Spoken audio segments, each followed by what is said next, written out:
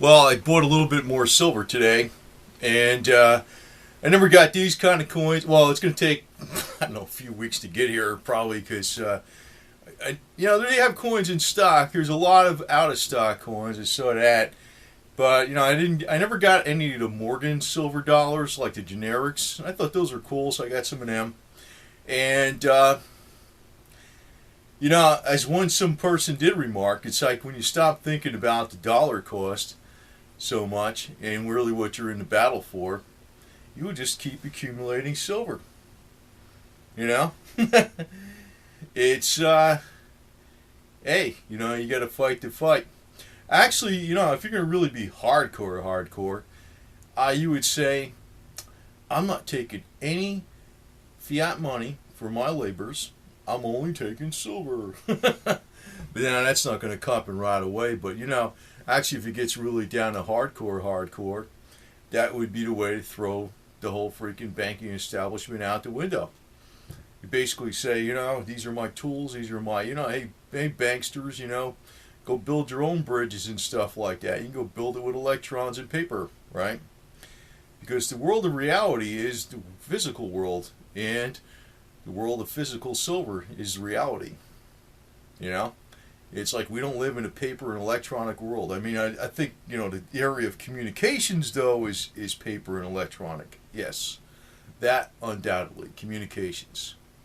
But, in the real world, as far as the actual physical world, it's like dependent upon real materials and real labor. It's not electrons and paper. And that is your advantage of physical silver. And it was like a common sense thing. But I want to point out something else. There's a little factoid out there. They said in the price of gold, this has been the largest quarterly drop in gold since the 1920s, the early 1920s. I don't know if that's accurate or not, because these charts I look at don't only go back to the 1920s, but it's been the largest quarterly drop in gold since the 1920s. So that's a big fact out there, supposedly, but it is a very large drop in gold. And some of the commodities, other commodities, are going down a little bit, but nothing like the precious metals at all. So I tend to think it's a direct attack. But, we could say, there's no attack. Nobody's attacking the metals, right? But the thing is, I really don't care, because the way I looked at it is I'm just buying a little bit more. Actually, the average person, you could also say the average person cannot buy metals because they're just going paycheck to paycheck. But if you actually examine the discipline of the average person, most people are not very well disciplined with their money. They will spend an extra $10 or $20 per day, or even $7 per day, and just blow it on little things left and right that they have to have, and just going to convenience stores or buying instead of making their own iced tea, they have to buy iced tea. They have to go out to eat. They have to make unnecessary trips. If they buy cigarettes, they have to buy them at convenience stores versus getting the cheapest things. There's a lot of little nickel dime shit that people do. If they wanted to get the silver, even the regular people that are supposedly living paycheck to paycheck, they can always buy a little bit. And as of right now, everybody's like focused in on the dollar value, which you should be, because basically but I'm going to say this: the dollar is actually going to go get pretty much creamed. That's what's going to happen. I'm pretty sure of that.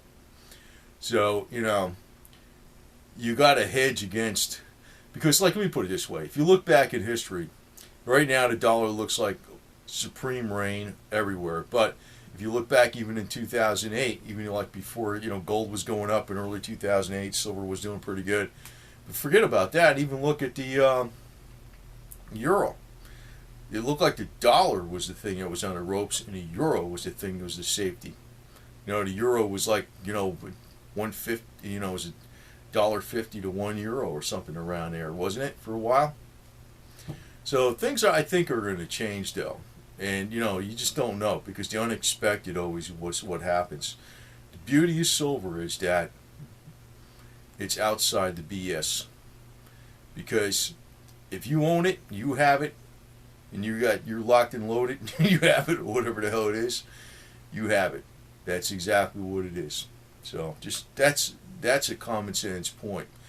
And living in the yuppie guppy world, a lot of people just don't want to hear that. They want to know how much money they're making off it just today. They just want to know what they got to have right now and shit. I don't look at it like that. I'll hold it for 3 decades. I don't give a shit. So, but I want to mention some other things. Just a little bit off topic, but not really totally off topic. Mark Rich died, I think yesterday or today. He was 78 years old. He was like one of the biggest oil traders out there. He's kind of like infamous, also kind of wanted by the U.S. government for one point in time, because he's actually the guy that was responsible for getting the spot market on the oil. It used to be kind of like a closed trading system just with the big oil companies before. But what he got really in trouble for was, and I'm going to lead up to something.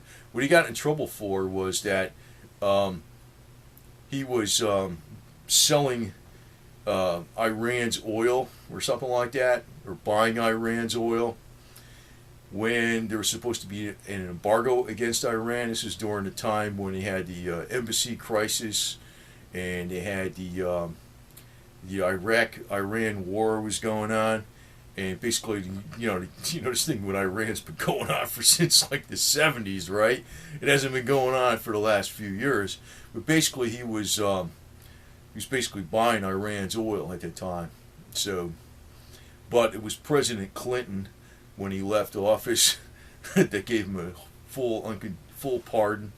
But he never actually came back in the States again. Rich never came back. Mark Rich never came back in the States again. Actually, I think he's going to be buried in Israel or something today or something, or in the near future. So, man, that's the deal. But if you got to remember, though, again, when I talked about gold and silver and oil, it's like, I'm not sure when this stuff is going to happen with Iran. But I think it is going to happen. And when that happens, with the war with Iran, if there's, and there's other news stories I could bring out that it seems like there's more stuff coming up that's, affecting that's leading to that situation. When we had this big spike in oil, platinum, palladium, gold, and silver all at the same time in late 1979, that was really when you had the biggest tensions going on in the Middle East.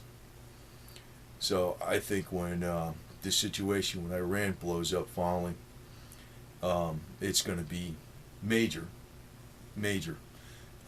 big boon for all the commodities across the board.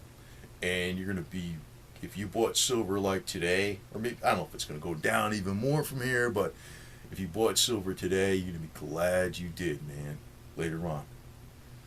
So, it ain't for everybody. It ain't for everybody. I gotta say, actually I've been noted as the person that does the shit that a lot of people won't do. I'll do the job that nobody can do. When the shit gets a little too screwed up, I'll do the job, whether it has to be through all kinds of hours of the day, or if I gotta be the one that blazes the trail or go in the area that nobody wants to go into, I'm the one that does it usually. So, I'm probably like the only, I think there's a few people out there still talking about silver. But I actually bought some today, and I didn't buy any physical in a while. I said, I think I'll buy some. And I'll probably buy a little more later. So, and I think that's an extremely smart move. But, if you're like, you're going to get your panties in a wad every time the freaking dollars go down. You should never get it in the first place. The game is, and I already told people, Sprott is about the fiat dollar. I already said that shit. Remember Sprott? He sold out a long time ago. It was like, if silver goes over $50, they'll break. J.P. Morgan. Remember Kaiser was saying all that? And look who sold right before that happened. Sprott. Even Morgan did. But Morgan actually led on. what he did. So I have to say that, I mean, what I'm doing, I just bought some more. All right? So, hey, it's like a battle, man. Load up the 88's, man. We're going to hit the Russian front, We're going to hit them fucking communists and nail them, you know what I mean? So, get some more silver.